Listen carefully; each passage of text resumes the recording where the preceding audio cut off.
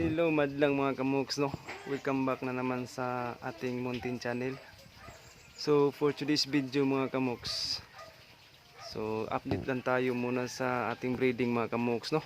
So ito ating breeding, oh. Dalawang lasak. Isang lasak na babae at saka isang lasak na lalaki. So ang breeding natin ngayon mga kamoks ay ngayon pa tayo nakapag-success, no? Sa wakas. So sobrang saya ko mga kamoks kasi nakapisa na tayo ng isang inakay. So bali dalawa ito sila mga kamoks, kaso isa lang ang napisa kasi yung isang itlog walang laman mga kamoks, no? So ayan silang dalawa mga kamoks, no? So ang palaging nag limlim sa kanilang pugad ay ang lalaki mga kamoks, no? So ayan ang babae mga kamoks, yung maraming puti. So ang lalaki mga kamoks, isa lang puti yan sa banda sa pakpak. So silipin natin mga kamoks, no? So medyo mailap lang ito mga kamoks, yung mag-asawa na ito. So tingnan natin mga kamoks kung ano nang update sa kanilang inakay. So yun mga kamoks, no? Masyadong ilap yung babae. O gato ang pinasok ang kamera mga kamoks, no? Ayan. So yan, bumaba na yung babae mga kamoks.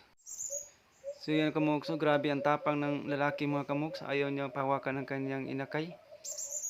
So yan, hindi lang masyado na-focus sa kamera mga kamoks kasi ang hirap kasi. So yan, hawakan ko yung inakay mga kamoks. Yan, ang taba-taba mga kamoks, oh.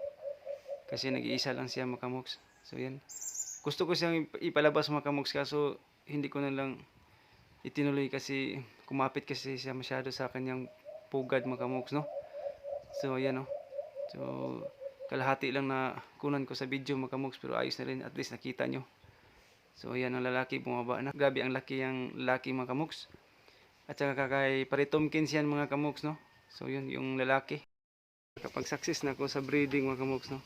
First time kong nakapag-breeding ngayon mga kamoks, nakailang lunod na ako. Ngayon lang ako nakapapisa ng inakay ng limukon. So yan ang lalaki mga kamoks, no? May putis pakpak. Isa lang. Yan mga kamoks. Kahit isa lang, at least meron na. So pasensya na pala kayo mga kamoks, no, kung hindi mo na ako nagkapag-hunt kasi busy pa sa trabaho mga kamoks, at saka lagi lang umulan dito. So update lang muna tayo sa ating breeding, no. So mga shout out mamaya lang mga kamoks, no. So shout out ko kayo mamaya.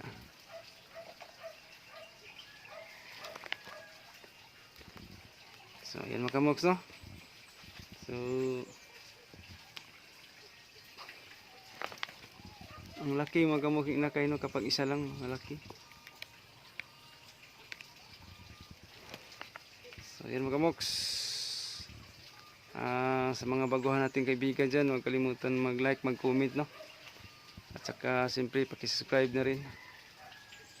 So hanggang sa muli muna tayo mga kamoks, na abangan nyo ang aking hunt na mga under 3 ni kong limukon. So hanggang dito lang. God bless ating lahat. So ito na pala ang mga solid nating mga kamoks nga nagpa-shoutout, no? Lalong-lalo naka-Pre Junings TV. So yan ang kaibigan kong mabait. Shoutout sa iyo Pre Junings. By the way, yung cage sa kanya pala galing yun mga kamoks, yung pinaglagyan natin sa breeding. At saka yung sa members namin sa GC, shoutout sa mga solid nating kamoks dyan. So mabuhay tayong lahat mga kamoks. So ito na pala, no, ang nagpa-shoutout sa nakaraang video kong mga kamoks. Shoutout nga pala kay Dib TV, shoutout sa iyo kamoks.